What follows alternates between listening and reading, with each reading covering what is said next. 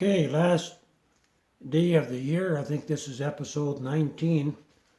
What you see here is carbon foam that I made from bread. I did this in the spring of this year. And this here is just charcoal. But what we're going to do is establish the temperature of this torch first. So we're going to light it. I've already measured it. It comes out to about 1740. So we're just going to heat up the firebrick. Hopefully this is in view.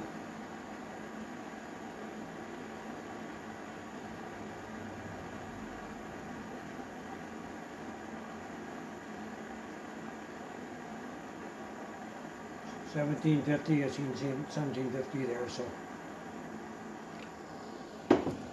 now what we're going to do is just give this a flash. You can see that it's charcoal. We did that by using the heated exhaust of the Joe pipe to create that in a crucible. And this is steel wool. Right. Now we're going to heat up this little piece of carbon foam. Turn this up a little bit.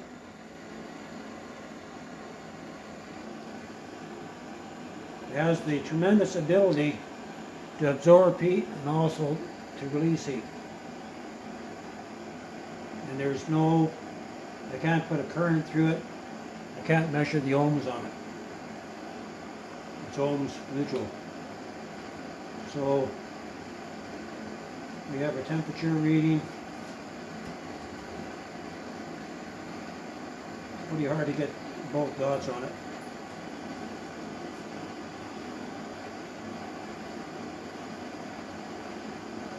$1,300, $1,400.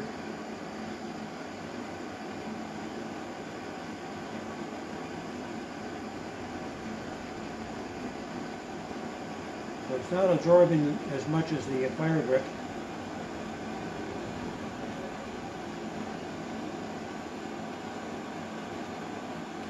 $1,450.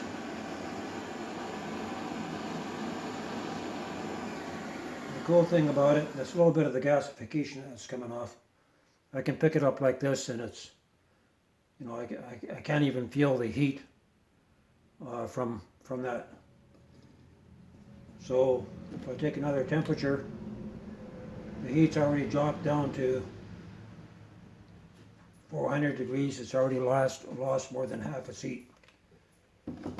So what we're going to do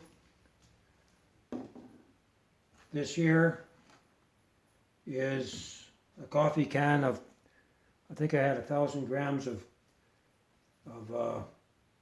bread that I put into a blender. You can see that it didn't completely gasify. It reduced down to 600 grams. This here was a coffee can size, and the same thing happened. I should have left it in the crucible a little more. So I'm just going to do a repeat test here on this one. What we're seeing is how much heat is being transferred. It will come in handy for something. As thermal insulation or some kind of electrical shielding, RF shielding. I'm just going to do this. This is easier.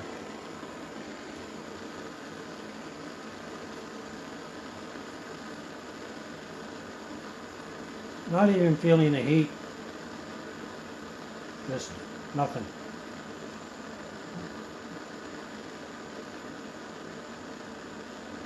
I'm going to measure the heat transfer in a minute.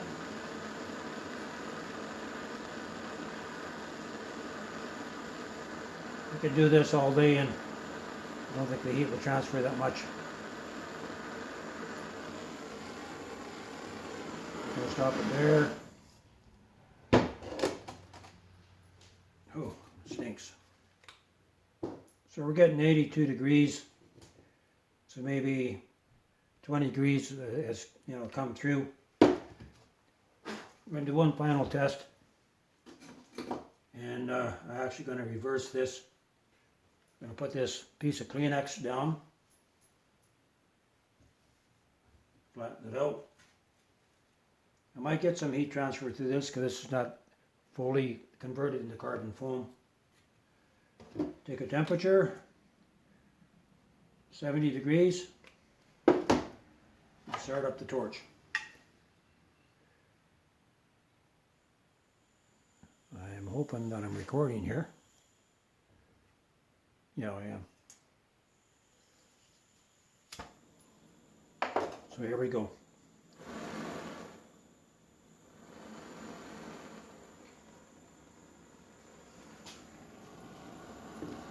Kind of going to go across here.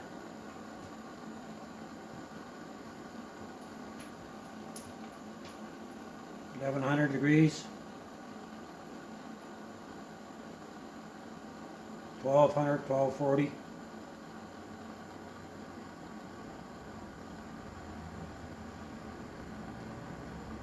I need to crank it a little bit.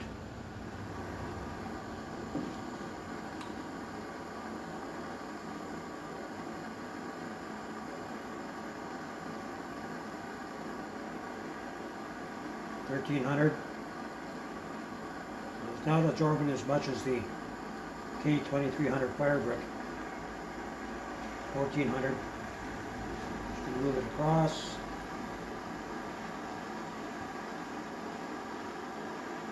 Heat up the part underneath that hasn't actually carbonized.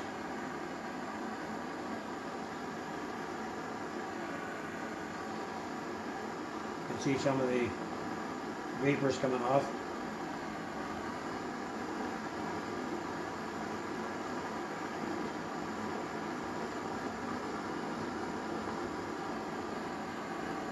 Haven't caught the Kleenex on fire yet. 1200 degrees.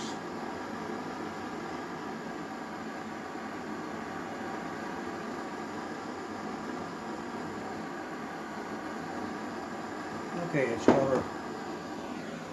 call it there.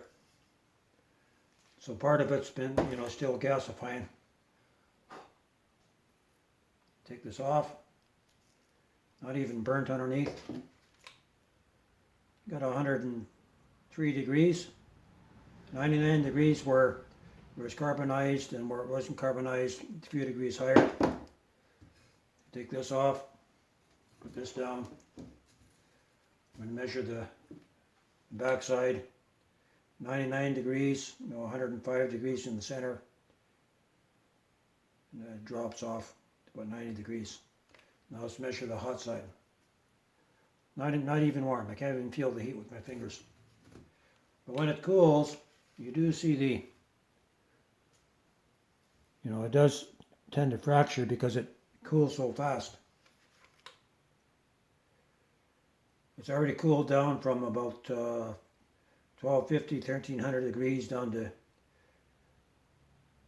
going down to 200,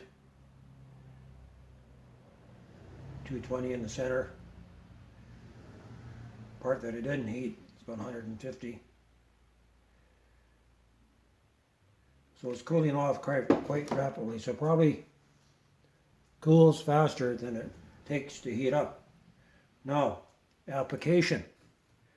We know that this carbon foam, you cannot measure it with an ohm meter. You would need like $1,000 ohm meter to actually probably get a reading on the 5,000 K scale. So we know it doesn't take a current. We know that it absorbs heat and it releases heat comparatively. It's maybe 60, 40, 55, 45, but close. Now if you took this and ground it up and mixed it with some white glue, if you made a mold like this, say you're going to want to make a refrigerator, right? So we're going to turn this into a refrigerator. So what you would do, you would take this, grind it up, mix it with some white glue. You might add in a little bit of dust from soapstone, or maybe dust from this K2300 firebrick, and you would pour it in here as a liquid, right? And theoretically, what should happen, it should stop outside heat from penetrating in, and it should stop heat from penetrating toward the outside. So what you would have an insulation material that would have a greater value than this K2300 firebrick. So if you made a fridge out of it, say a 2 cubic fridge, square foot fridge, something like this, you should be able to leave it in the sun, and the heat of the sun is not going to penetrate into the core, right? Just this much insulation is going to stop the heat of the sun from penetrating in. So if you made an ice box, that ice box would stay cool, right? You would have something better that's available on the commercial market. Now for a stove, if you made this into a stove and poured a liner of this material around it, it would keep the heat in to the stove, and the stove would get much hotter than what it would normally get, because the heat wouldn't be wasted to the air. And you might take this, grind it into a powder, and you might make it into a paint. So that means you could take, say, if this was a piece of metal, like the inside, if you take a trailer, you take off the panels on the outside and you paint the inside of the panels. It might just work as a heat shield to stop the heat from the sun coming in. And we know the time's coming up, it's going to get very hot. And I've already tested it for frequency, RF frequency, and it does absorb RF frequency. In other words, it should work to help nullify these 5G waves. This would be a very interesting experiment to do on that. So I'm just coming to you this day and what I've started in the spring. Those of you that have knowledge in this field, I would like to hear back from you. But I know in the spirit that the Lord gave me this, right? I've seen the videos on carbon foam where people were holding pieces of toast in their hands and things like that. And so instead of doing that, the Lord showed me just to take the bread, throw it into a blender, then I would, strain out the stuff that didn't get broken down, and I would put it in a simple crucible, like this here. I could fill this up full of breadcrumbs, pack it down, put it into a crucible where I would use the heat from the Joe pipe to crystallize the material. Very interesting. And probably using a combination of different materials and glue as a binder, it should work to develop some kind of heat shield application or for RV protection. Okay, I'm going to leave it here. I thought this would be an interesting video for you guys.